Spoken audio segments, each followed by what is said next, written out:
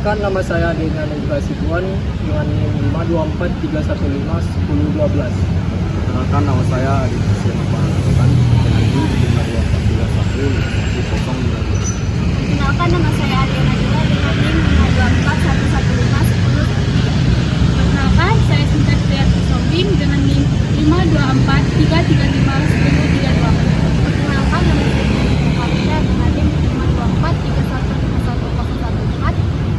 Perkenalkan, nama saya Rian Dinata dengan NIM 52423010101. Perkenalkan, nama saya Jujari Teku dengan NIM 524115110. Di sini kami telah membuat sebuah topologi yang terdiri dari beberapa perangkat utama. Yang pertama, kami menggunakan router sebagai penghubung antar jaringan, lalu kami menggunakan switch sebagai penghubung antar perangkat dalam suatu LAN, dan server 0 dan server 1 di sini kami gunakan server yang dikonfigurasikan untuk menjalankan layanan DHCP, DNS, dan NET. Lalu beberapa PC atau klien yang digunakan untuk menguji koneksi dan konfigurasi jaringan. Baik, untuk langkah selanjutnya kita konfigurasi DHCP. Langkah yang pertama yang kita lakukan adalah mengatur layanan DHCP pada server. Kita masuk ke perangkat server, kemudian memilih tab service, pilih DHCP. Setelah itu kita mengaktifkan layanan DHCP dengan menyalakan radio button service on. Pada konfigurasi ini, kita mengenai namanya server pool. Kita mengisi default gateway-nya, diisi sesuai dengan IP gateway yang tertera pada tab IP configuration di server sebelumnya. Yang DNS server juga diisi sesuai dengan IP DNS yang sebelumnya telah kita tetapkan. Kita kembali masuk ke PC yang pertama.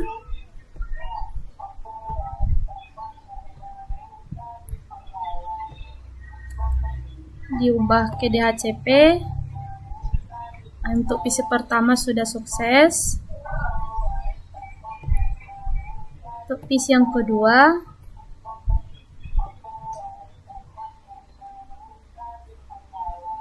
PC kedua juga sudah sukses. PC terakhir kita ubah ke DHCP, sukses.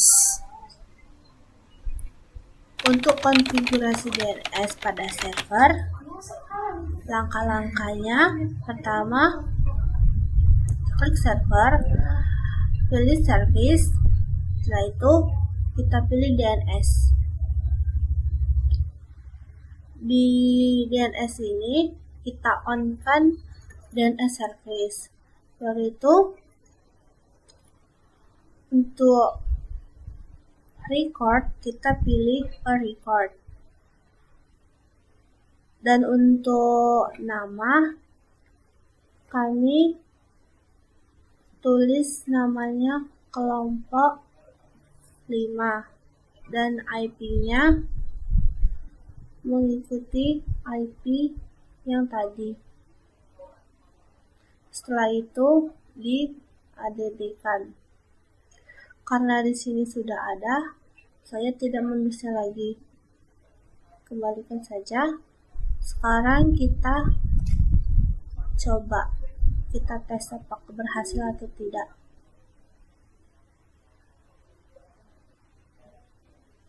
Coba di PC yang pertama, kelompok 5 berhasil. PC berikutnya,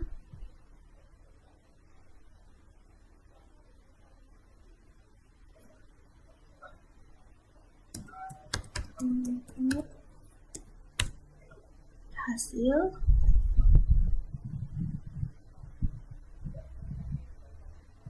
Dan PC satu lagi juga.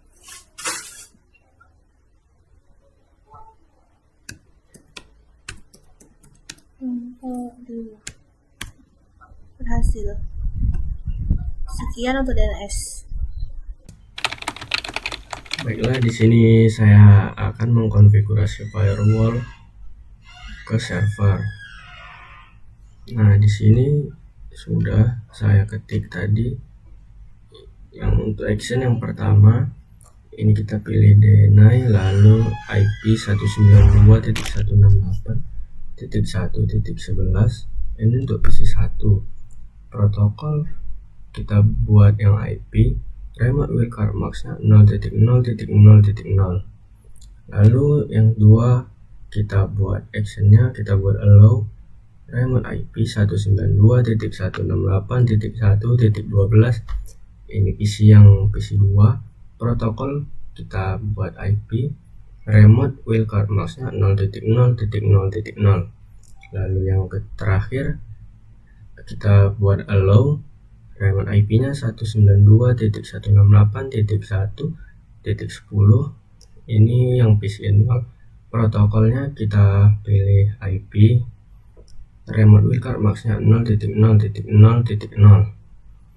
Nah, di sini jangan lupa kita on-kan. Selanjutnya kita cek di PC yang IP-nya kita perbolehkan di firewall tadi.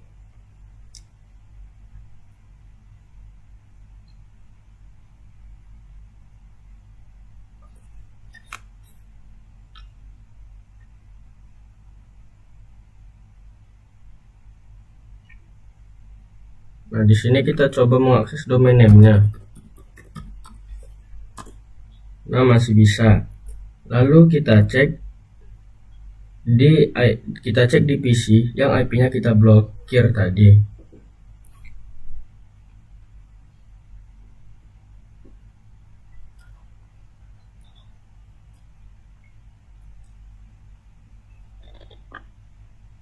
Nah, kita coba mengakses domain name-nya.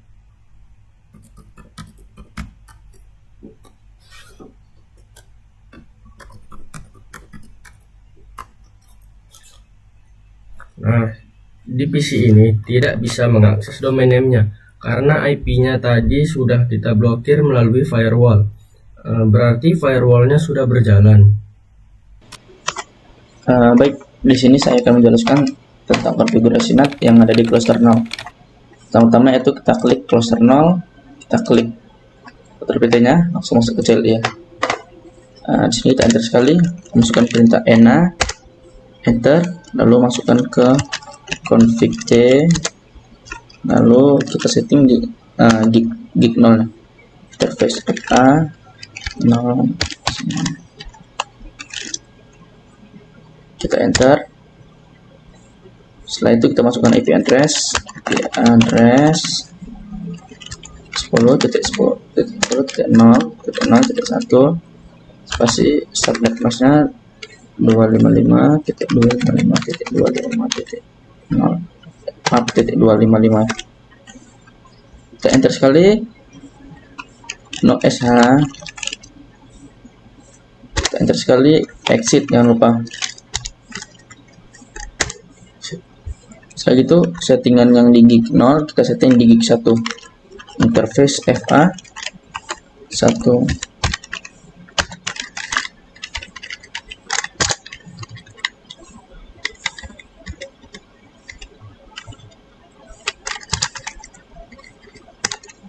Gig 1, enter, temukan IP address-nya, IP address 203.0.113.1 spasi subnet mask-nya 255.255.255. Map yang terakhir top 0, kita enter sekali, no SH, enter, exit. Oke, setelah selesai kita bisa close, kita keluar dari sini. Nah, di settingan NAT cluster 0 ini sudah tersetting ya. Lalu selanjutnya akan disetting di router PT yang akan disetting oleh teman kita yaitu Denny Anugrah. Selanjutnya saya akan mengkonfigurasikan untuk router 0 ya. Baik, kita ke router 0, kita ke CLI, kita enter, kita ketik enable, kita ketik terminal.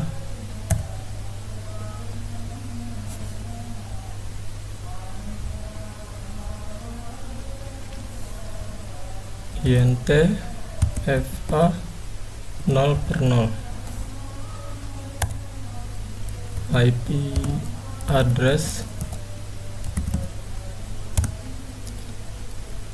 10.0.0.2 dengan subnet mask 255.255.255.252.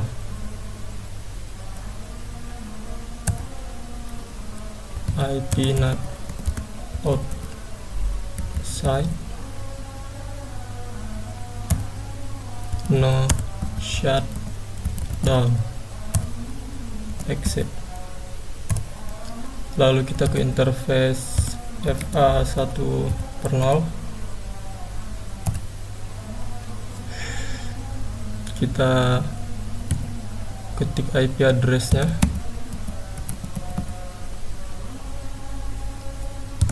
192.168.1.1 dengan subnet mask 255.255.255.0. Ini IP NAT inside. Kita buat no shutdown exit.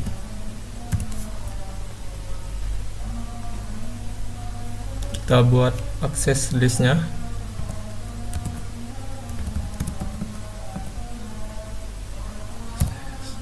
List 1 per menit 192.168.1.0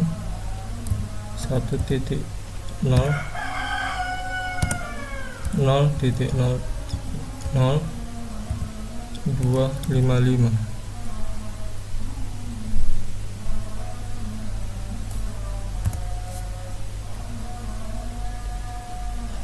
Lalu kita aktifkan NAT overloadnya, NAT inside source list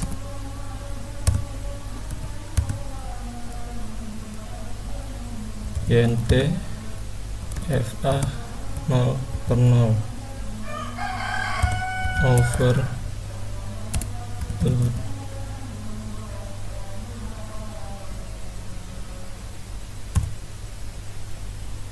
Kemudian kita tambahkan default route ke internetnya, IP route 0.0.0.0 10.0.0.1. Ini IP router yang di cluster.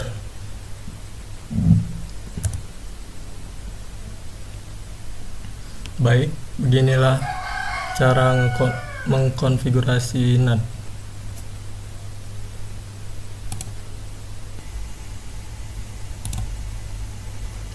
Baik, setelah kita konfigurasi tadi, kita coba ping di PC client dan kita show IP NAT translation, maka akan tampil seperti ini. Di sini saya akan menjelaskan dan mensimulasikan salah satu komponen jaringan komputer, yaitu proxy server. Karena Cisco Packet Tracer tidak menyediakan fitur proxy secara utuh, kita akan mensimulasikan konsep dasarnya, yaitu bahwa semua akses ke internet akan diarahkan melalui proxy, server proxy terlebih dahulu. Tujuan dari simulasi ini adalah agar klien tidak langsung mengakses internet, tetapi hanya bisa terhubung ke internet jika melalui proxy server yang telah kita buat. Ini untuk meniru prinsip dasar dari proxy di jaringan nyata. Untuk langkah-langkahnya, saya akan menjelaskan ini. Langkah yang pertama adalah kita harus memasukkan satu perangkat server terlebih dahulu. Kemudian kita letakkan di dekat PC client. Kemudian kita sambungkan dengan switch dengan kabel copper strike ground, dan kita sambungkan dengan port yang tersedia. Kemudian langkah selanjutnya adalah kita akan mengkonfigurasi dari server proxy yang akan kita gunakan. Di sini saya menggunakan IP address 192.168.1.3, dan kemudian untuk gateway-nya 192.168.1.1. Kemudian kita berpindah ke tab service.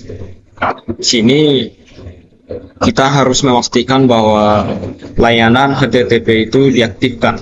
Layanan ini nantinya akan diakses oleh klien melalui web browser. Kita bisa tambahkan juga halaman custom jika diinginkan, tapi di sini saya akan menggunakan halaman default dari Cisco Packet Tracer ini. Kemudian kita akan melakukan tes ping antara klien dan server. Di sini saya akan melakukan ping dengan IP address dari servernya.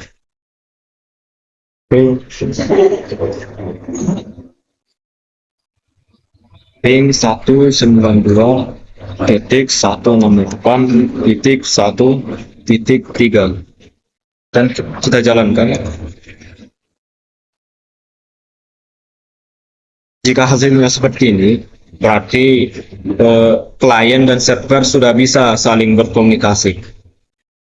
Kemudian langkah selanjutnya kita akan melakukan mengakses web browser dari klien.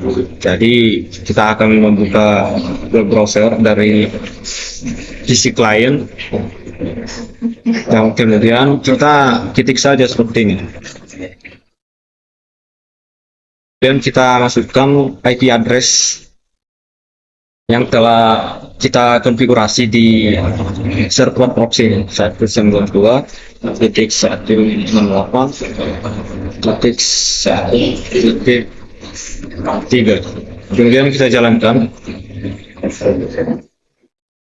Nah, dan hasilnya terlihat bahwa halaman web dari server proxy berhasil dibuka. Ini menunjukkan bahwa klien dapat mengakses web melalui proxy. Jadi kesimpulannya,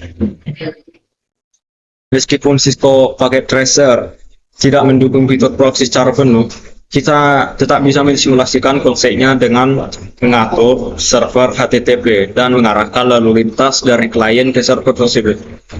Dengan simulasi ini, saya bisa menunjukkan bagaimana prinsip dasar dari proxy server bekerja dalam konteks topologi jaringan. Sekian penjelasan dari saya. Semoga penjelasan saya dapat dimengerti dan dapat membantu teman-teman sekalian untuk lebih memahami cara mensimulasikan proxy server di aplikasi Cisco Packet Tracer.